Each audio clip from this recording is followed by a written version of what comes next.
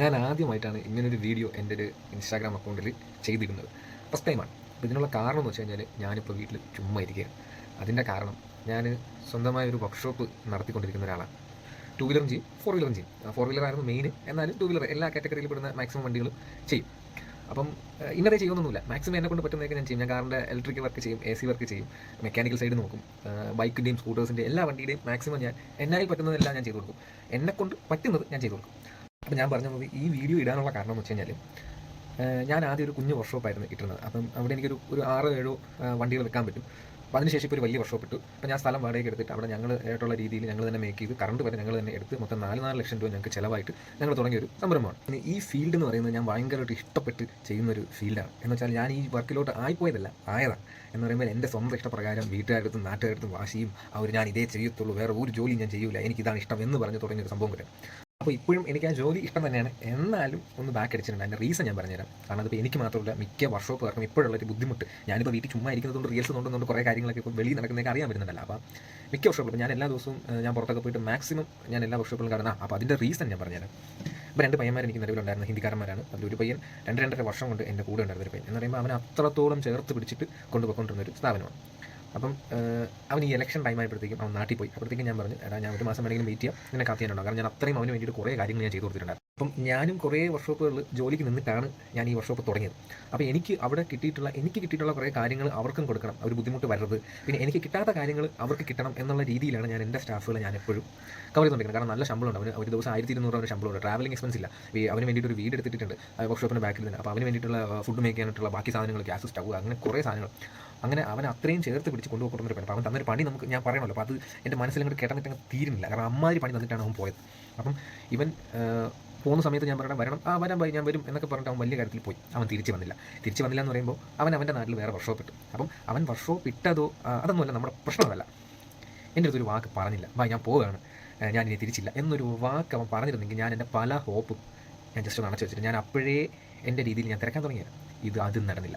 ഇപ്പോൾ എൻ്റെ വർക്ക്ഷോപ്പ് അടച്ചിട്ട് മാക്സിമം ഇപ്പോൾ എനിക്കൊരു 3-3.5 മാസം, 4 ആവാൻ പോകുന്നു. ഇപ്പോൾ 4-ാമത്തെ മാസം ആവാൻ പോവുകയാണ്. എനിക്ക് എല്ലാം കൂടെ ഒരു വാടകയും കറണ്ട് ചെലവും എല്ലാം കൂടെ 10-17,000 രൂപയ്ക്കും കൂടുതലും ഞാൻ എല്ലാ മാസവും വെറുതെ പൈസ കൊടുക്കണം. അപ്പോൾ നിങ്ങൾ ചോദിക്കും, എനിക്ക് ഒറ്റയ്ക്ക് പോയി നിന്നൂടെ, നിനക്കത് ചെയ്തുകൂടെ, പിന്നെ എന്തുകൊണ്ടാണ് സ്റ്റാഫ് തന്നെ വേണം? അങ്ങനെയല്ല, ഞാൻ അവിടെ ഒറ്റയ്ക്ക് നിന്നാൽ തീരുന്ന സാധനങ്ങളല്ല ആ വർക്ക്ഷോപ്പിൽ കിടക്കുന്നത്. ഇപ്പോൾ ഞാൻ ഒറ്റയ്ക്ക് നിന്ന് കഴിഞ്ഞാൽ, ഇപ്പോൾ ഞാൻ എൻ്റെ ഏരിയ എന്ന് പറയുമ്പോൾ ഞാൻ ഇട്ടിരിക്കുന്ന വെട്ടുകാടാണ്. അപ്പം വെട്ടുകാടിന് മാത്രമാണ് ഈ പ്രശ്നം ഞാൻ പറയുന്നില്ല. ഇവിടെ നമ്മൾ കസ്റ്റമറുടെ അടുത്ത് പറയണം, ചേട്ടാ ഞാൻ മാത്രമേ ഉള്ളൂ, ലാഗ് വരും, നിങ്ങൾ വണ്ടി വെക്കുക, അല്ലാതെ അർജൻറ്റ്. ഞാൻ സാധാരണ എല്ലായിടത്തും ചേട്ടാ അർജൻറ്റ് ആണെങ്കിൽ ചേട്ടാ ഇവിടെ തരണ്ട, നിങ്ങൾ വേറെ വർക്ക്ഷോപ്പിലോട്ട് കൊടുക്കുക, കുഴപ്പമില്ല. അങ്ങനെ ഇതൊന്നും പറഞ്ഞു കഴിഞ്ഞാൽ ആർക്കും ഒന്നും മനസ്സിലാവില്ല.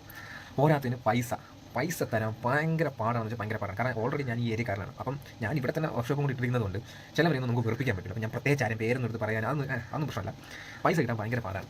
നമ്മൾ കഷ്ടപ്പെട്ട് കിടന്ന് പണിയെടുത്തിട്ട് പൈസ പറയുമ്പോഴത്തേക്ക് അത് തരാൻ പാടാണ്. ചിലപ്പോൾ ഇച്ചിരി പോലെ തന്നിട്ട് ബാക്കി കടത്തിൽ വെച്ചിട്ട് പോകും. അപ്പോൾ ഇങ്ങനെ കടം വെച്ച് എൻ്റെ പഴയ വർക്ക്ഷോപ്പിൽ എനിക്ക് 14,000 രൂപയാണ് പോയത്. 14,000 എന്ന് പറയുമ്പോൾ ഒറ്റയടിക്ക് 14,000 രൂപ അല്ല, ചെറിയ മുകളിൽ 100, 200, 80, 60, 600, 500, 700 ഈ ഒരു റേഞ്ചിൽ വരുന്ന പൈസകളെല്ലാം കടം വെച്ചിട്ട് പോകും. 1000 കടം വെച്ചവരും 2,000 രൂപ കടം വെച്ചവരും അതിനിടയിലുണ്ട്. അപ്പോൾ ഇതുങ്ങൾക്ക് നമ്മൾ തിരിച്ച് ചോദിക്കാൻ വേണ്ടി പോകുമ്പോൾ നമ്മളെ കടിച്ചു തരാൻ വേണ്ടി നിൽക്കും. ഇതാണ് ഇവിടുത്തെ പരിപാടി. അപ്പോൾ ഒന്ന് പറഞ്ഞാൽ ഒന്നും മനസ്സിലാവില്ല. അപ്പോൾ നമ്മുടെ പൈസ, നമ്മൾ കിടന്ന് കഷ്ടപ്പെടുന്ന പൈസ പുറത്ത് ഇതേപോലെ അങ്ങ് പോകും. ഈ വർക്ക്ഷോപ്പിലും അത് തന്നെ സംഭവിച്ചുകൊണ്ടിരിക്കുകയാണ്. കടം. അപ്പോൾ കടം കൊടുത്തില്ലെങ്കിൽ പിന്നെ നമ്മളെ മുഖം കാണുമ്പോൾ എല്ലാവർക്കും ഭയങ്കര ഒരു ഇറിറ്റേഷൻ പോലെയാണ്. അല്ലെങ്കിൽ നമ്മൾ കാണുമ്പോഴേ പയ്യെ വഴി തിരിഞ്ഞ് അങ്ങ് പൊക്കണം. എപ്പോഴെങ്കിലും വർക്ക്ഷോപ്പിൽ വരുമ്പോൾ മാത്രമേ ഞാൻ ഈ പൈസകൾ ചോദിക്കാറുള്ളൂ. വിളിച്ച് ആരെയും ഇതേവരെ ശല്യപ്പെടുത്തിയിട്ടില്ല. പിന്നെ അങ്ങേയറ്റം മട്ടം എത്തി നിൽക്കുന്ന ടൈമിൽ വിളിച്ച് ചോദിക്കുമ്പോൾ പോലും ചിലവർ തരാറില്ല. അപ്പം അങ്ങനെ കടം കൊടുക്കാത്തതുകൊണ്ട് കുറേ പേർക്ക് നമ്മൾ ഇപ്പം ഒന്ന് കടുപ്പം തുടങ്ങിയായിരുന്നു. അപ്പോൾ പോരാത്തതിന് ഞാനിപ്പോൾ നിവൃത്തിയുടെ കൊണ്ട് വർക്ക്ഷോപ്പിൻ്റെ ഫ്രണ്ടിൽ ഞാൻ എഴുതി കടം കൊടുക്കില്ല എന്ന് പറഞ്ഞ് കട്ടയ്ക്ക് ഞാൻ നല്ല രീതിയിൽ തന്നെ എഴുതി വെച്ചിട്ടുണ്ട്. അപ്പോൾ അത് കണ്ടെങ്കിലും നിങ്ങൾ പൈസ താ എന്നുള്ള രീതിയിൽ ഇൻഡയറക്റ്റായിട്ട് ഞാനവിടെ എഴുതി വെച്ചിട്ടുണ്ട്. അപ്പം എന്നാലും ഒരു ഗുണമില്ല. അപ്പോൾ നല്ലൊരു ചിലവ് തന്നെ എൻ്റെ പഴയ വർക്ക്ഷോപ്പിൽ നിന്ന് പുതിയ ഇതിലോട്ട് തന്നപ്പോൾ അമ്മാതിരി ചിലവ് കൂടുതലായിരുന്നു. അപ്പോൾ ഇവൻ കാണിച്ച പരിപാടിക്കും പോയിട്ട് തിരിച്ചു വന്നില്ല. അപ്പോൾ ഞാൻ ഭയങ്കരമായിട്ട്, അപ്പോൾ ഇവൻ വർക്ക്ഷോപ്പ് ഇട്ടു എന്ന് അറിയുന്നത് പോലും എൻ്റെ ഒരു കൂട്ടുകാരൻ വഴിയാണ് ഞാൻ അറിയുന്നത്. അപ്പോൾ പോലും എന്നെ വിളിച്ച് പറഞ്ഞില്ല, ഞാൻ ഇങ്ങനെ വർക്ക്ഷോപ്പ് തുടങ്ങുന്നു എന്നല്ല. ഇപ്പോൾ ഞാനും വേറെ വർക്ക്ഷോപ്പുകൾ നിന്നിട്ട് ഇപ്പോൾ ഞാൻ സ്വന്തമായിട്ട് എൻ്റെ ഒരു വർക്ക്ഷോപ്പ് ഇട്ട്. അപ്പം അവിടെ അതല്ല പ്രശ്നം, ഒന്ന് പറഞ്ഞിട്ട് പോകാമായിരുന്നു, ജസ്റ്റ് ഒന്ന് പറഞ്ഞിട്ട് പോകായിരുന്നു ബൈ. അപ്പോൾ ഞാൻ ഹോപ്പ് അങ്ങ് മാറ്റുന്നു. കാരണം അവനും ലൈഫ് ടൈം മൊത്തം ഇവിടെ നിൽക്കാനുള്ള ആളല്ല. അപ്പം അവൻ അവൻ്റെയായിട്ടുള്ള രീതിയിൽ അവൻ്റെ ലൈഫ് നൽകി. പക്ഷേ ഒരു വാക്ക് പറയാത്തതിൻ്റെ ബുദ്ധിമുട്ട്, ഒരു വാക്ക് പറയാത്തതിന് ബാക്കിയുള്ളവർ കിടന്ന് അനുഭവിച്ചുകൊണ്ടിരിക്കുന്നത്. അപ്പോൾ ഇപ്പം ഞാൻ ആ വർക്ക്ഷോപ്പ് അടയ്ക്കാനാണ് ഇങ്ങനെ പ്ലാൻ ചെയ്തുകൊണ്ടിരിക്കുന്നത്. അടയ്ക്കണോ വേണ്ടേ എന്നുള്ള ഇപ്പോഴും കൺഫ്യൂഷനാണ്. കാരണം അത്രയും കഷ്ടപ്പെട്ട് തുടങ്ങിയൊരു സംഭവം. അപ്പോൾ ആളെ തിരക്കി ഇനി തിരക്കാൻ ഒരിടവില്ല. അമ്മാതിരി നോക്കി രക്ഷയില്ല. കാരണം ഞാൻ ഒറ്റയ്ക്ക് ഓട്ടിച്ചാൽ തീരുന്നതല്ല. ഒറ്റയ്ക്ക് ഓട്ടിച്ചാൽ എനിക്ക് അവിടുത്തെ വാടക കൊടുക്കാനോ അവിടുത്തെ കാര്യങ്ങൾ ചെയ്യാനോ ഒന്നും നടക്കില്ല. ഞാൻ ചുമ്മാ പിന്നെയും ഇപ്പോഴും നഷ്ടത്തിൽ ഓടിച്ചുകൊണ്ടിരിക്കാൻ എന്നെ കൊണ്ട് പറ്റും. അപ്പോൾ അടുത്ത എന്താണ് ഓപ്ഷൻ എന്നുള്ളത് ഞാൻ പ്ലാൻ ചെയ്തിട്ടില്ല. ഇത് അടയ്ക്കണം. ഇന്നിപ്പോൾ 1-ാം തീയതിയാണ് ഞാൻ ഈ വീഡിയോ ഇടുന്നത്. അപ്പം ഇന്നാണ് അടുത്ത വാടക ഡേറ്റ് കൊടുക്കാനുള്ളത്. അപ്പോൾ ഇന്ന് നമ്മൾ അവരുടെ അടുത്ത് പറയണം, ഇത് നടത്തിക്കൊണ്ട് പോകാനാണോ അതോ പിന്നെയും നിർത്താനാണോ എന്നാണെന്ന് ഒന്നും ഒരു പിടിയില്ല. അപ്പോൾ ഞാൻ ഈ വീഡിയോ ഇടുന്നതെന്ന് പറയുമ്പോൾ ഞാൻ സ്റ്റാഫിനെ തിരക്കൊണ്ടിരിക്കുകയാണ്. അപ്പം നല്ലൊരു സാലറി തന്നെ ഞാൻ തരും. അപ്പോൾ എൻ്റെ കൂടെ നന്നായി നിൽക്കുകയാണെന്നുണ്ടെങ്കിൽ നല്ല രീതിയിൽ തന്നെ സാലറി തരും, നന്നായി തന്നെ കൊണ്ടുപോകും. അതുകൊണ്ട് ഇപ്പോഴും ഡബിൾ മൈൻഡിലാണ് സ്റ്റാഫ്. ഞാനിപ്പം ഒരു ഒന്നര മാസം ഒരു സ്റ്റാഫിനെ തിരക്കി തുടങ്ങി, പക്ഷേ ഇതേവരെ ഒരു സ്റ്റാഫിനെയും കിട്ടിയിട്ടില്ല. എനിക്കൊരു ഫുൾ മെക്കാനിക്കിന് തന്നെ വേണം, എനിക്ക് ഹാഫ് മെക്കാനിക്കിന് വേണ്ട. അപ്പോൾ നമ്മുടെ കൂടെ വന്നു കഴിഞ്ഞാൽ അവനൊരു നല്ലൊരു സാലറിയും കിട്ടും, നമുക്ക് നമ്മുടെ കാര്യവും നടന്നു പോകും. അപ്പം പെട്ട് നിൽക്കുന്നൊരു അവസ്ഥയിലാണ് ഇപ്പോൾ.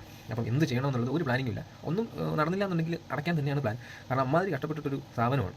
അപ്പോൾ ഇതിൻ്റെ അടപ്പ് കാണാൻ വേണ്ടിയിട്ട് കുറേ ടീമുകൾ നമ്മുടെ ഇടയിലുണ്ട്. എന്നാലും പ്രശ്നമില്ല, കാരണം നമുക്ക് നഷ്ടത്തിൽ ഓടുന്നതിനേക്കാളും നല്ലത് അത് നോർമലി സ്റ്റോപ്പ് ചെയ്യാനാണ് ആലോചിക്കുന്നത്. അപ്പം ആളെ നോക്കുന്നുണ്ട്, പിന്നെയും ഒരു ഹോപ്പ് എവിടെ കിടക്കുന്നുണ്ട്, കിട്ടിയാൽ നടത്തും. പിന്നെ ഇവിടെ തന്നെ കുറേ പേര് നമ്മുടെ ഏരിയയിൽ തന്നെ എന്നെ ഇഷ്ടപ്പെടുന്ന കുറേ ടീമുകളുണ്ട്, ഞാൻ ചെയ്താൽ മതി എന്ന്. അങ്ങനെ കുറേ ടീമുകൾ ഇപ്പോഴും ഈ ഏരിയയിലുണ്ട്, നിങ്ങൾ വീട്ടിലെങ്കിലും ഇട്ട് പണി ചെയ്യും എന്നുള്ള രീതിയിൽ. അപ്പോൾ കാരണം നമുക്കിപ്പം അങ്ങനെ ഒന്നും ചെയ്തിട്ടൊന്നും ഇനിയിപ്പോൾ നമുക്ക് എൻ്റെ വീട്ടിൽ നിന്ന് അമ്മാതിരി എനിക്കിനി കുറേ അളവുകളും കാര്യങ്ങളൊക്കെ ഇനി ഇഷ്ടംപോലെ ഉണ്ട്. അപ്പം അതെല്ലാം മെയിൻറ്റെയിൻ ചെയ്ത് കൊണ്ടുപോകണമെന്നുണ്ടെങ്കിൽ ഇത് നടത്തിക്കൊണ്ട് പോയേ പറ്റൂ. അപ്പോൾ അങ്ങനെ ഇഷ്ടപ്പെടുന്നവരുണ്ട്, ഇഷ്ടപ്പെടാത്തവരുണ്ട്.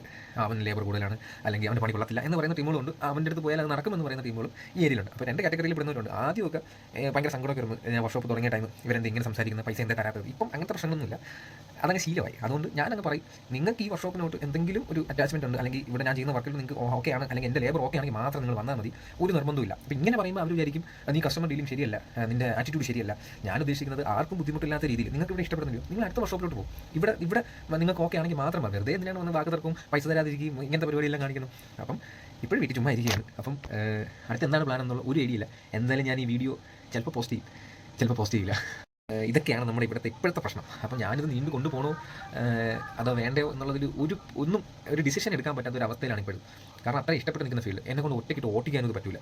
ഒറ്റയ്ക്ക് ചെയ്യണമെന്നുണ്ടെങ്കിൽ നമ്മൾ ഇത്രയും വാടക കുറച്ച് അല്ലെങ്കിൽ വേറെ സ്ഥലത്തോട്ട് പോയിരുന്നാൽ നമുക്ക് ഒരു നല്ലൊരു മെക്കാനിക്കിനെങ്കിലും കൂടെ ഇല്ലാണ്ട് നമുക്ക് നടത്തി പോകാൻ ഭയങ്കര പാടാണ്. ഒറ്റയ്ക്ക് നടത്തിയിട്ടൊന്നും ഒരു കാര്യമില്ല. അതിനേക്കാൾ നമ്മൾ ജോലിക്ക് പോകുന്നതാണ് നല്ലത്. അതിനുള്ള അത്രയ്ക്കുള്ള പൈസ നമുക്ക് കിട്ടത്തുള്ളൂ.